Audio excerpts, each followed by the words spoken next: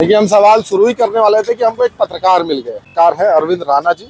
सवाल इन्हीं से ले लेंगे। भैया, भाजपा ने तो टिकट का अनाउंसमेंट कर दिया अपना कि मनीष जायसवाल जो विधायक हैं वो होंगे। सबसे बड़ा सवाल ये घूम रहा है हजारीबाग में, विपक्ष से कौन होगा, कौन चेहरा लगता है?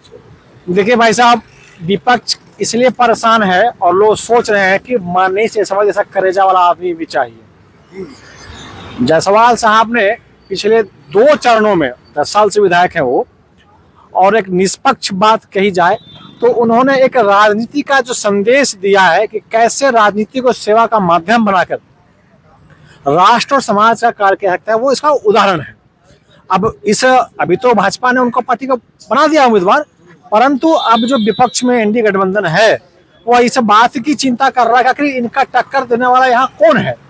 और मैं यहाँ ही नहीं, पूरे राज्य में ऐसा कोई व्यक्ति नहीं है। बाप रे बाप, आप तो अलग बोर्ड पे आप चल रहे हैं। नहीं, ये सच है, ये हम नहीं। अच्छा, अगर एक उम्मीदवार अगर हो आपके नजर में जो फाइट दे सकता है, आप तो कहते हैं क्लीन स्वीप दे रहे हैं, लेकिन अगर एक उम्मीदवार दे सकता है तो कौन दे सकता है, क्या लगता है? नहीं भाई साहब, फिर ये बेमानी बात होगी। अरे बिल्कुल, कोई तो आएगा ना। मैं 2 नाम भी नहीं, एक ही नाम है बस। आप कोई तो बता दीजिए जिसने, आप चलिए ठीक है, मैं किनकी बात करें? आप इस पूरे 75 सालों में यहाँ से मात्र 2 बार कांग्रेस जीती है।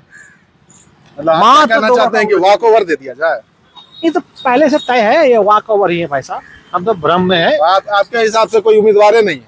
कोई उम्मीदवार नहीं है, बस सौरभ नारायण सिंह। नहीं, सौरभ नारायण सिंह पिछले 10 सालों से नहीं है, और चुनाव की घड़ी तो संभव है कि वो आ सकते हैं, बट बहुत अधिक वो नहीं होंगे। उनका अपना एक धड़ा है, अपना एक केंद्र बिंदु है, एक अपना पैमाना है, उस पर वो चलेंगे। अंबा प्रसाद बड़कागांव से, वो बड़कागांव में ठीक है। अंबा प्रसाद के बारे में क्या ख्याल है? नहीं, अंबा अपने विधानसभा में ठीक है। ऋषभ वाटिका के बारे में क्या ख्याल है? भाई साहब, ऋषभ वाटिका, यह दुर्भाग्य है इस जिले का, विधानसभा लोकसभा का, कि उस वाटिका में जो लोग अपना दुख दर्द लेके जाते हैं 5 घंटा प्रतीक्षा करना पड़ता है और 5 मिनट का समय भी नहीं मिलता है। मैं भी भुक्तभोगी हूँ, कई ऐसे मौके आए हैं जब सांसद हम लोगों को जानते भी नहीं कौन है।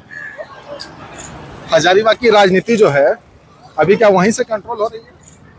विपक्ष की राजनीति, ये कुछ लोगों का भ्रम है, ये कुछ लोगों का भ्रम है। तस्वीरें आती हैं वहां से तो राजनीति की बातें दिखती है, उसमें अम्बा प्रसाद की तस्वीरें आती हैं। देखिए, यशवंत सिन्हा जो पूर्व वित्त मंत्री हैं उनके साथ आती है, क्या मायने हैं? और इस मौके पर जब ये क्या है कि लोग यह जानना चाहते हैं या समझना चाहते हैं। देखिए, ऋषभ वाटिका में अभी 2 गुट है। एक गुट है टीएमसी, जिसके पूर्व सांसद यशवंत सिन्हा जी हैं, और एक गुट है भाजपा, जो अभी संन्यास ले चुके हैं। तो भाई साहब, आप टिकट कटा, उनका क्या हुआ, आपको क्या लगता है?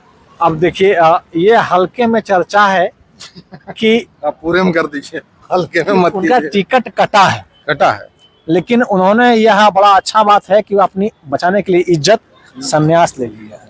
मतलब ऐसा होता है ना कि आप रेजिग्नेशन देंगे कि टर्मिनेट होंगे? मैं एक गारंटी देता हूँ भाई साहब, अगर क्षमता है तो वार्ड पार्षद चुनाव लड़ के देख ले।